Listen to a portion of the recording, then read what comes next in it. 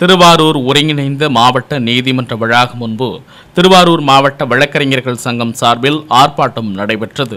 இதில் பிரதான கோரிக்கையாக ஓசூர் நீதிமன்ற வளாகத்தில் வழக்கறிஞர் மீது நடத்தப்பட்ட கொலைவெறி தாக்குதல் சம்பவத்தை கண்டித்தும் உடனடியாக தமிழகத்தில் வழக்கறிஞர்கள் பாதுகாப்பு சட்டத்தை அமல்படுத்த வேண்டும் என வலியுறுத்தி நீதிமன்றத்தை புறக்கணித்து 50க்கும் மேற்பட்ட வழக்கறிஞர்கள் ஆர்ப்பாட்டத்தில் ஈடுபட்டனர்.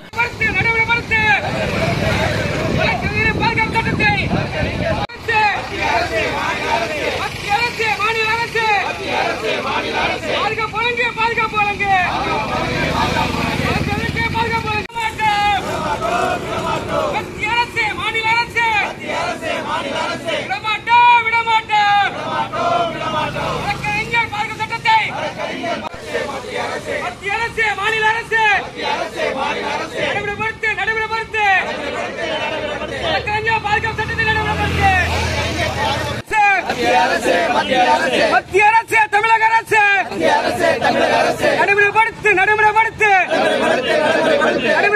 நாங்கள் விடமாட்டோம்.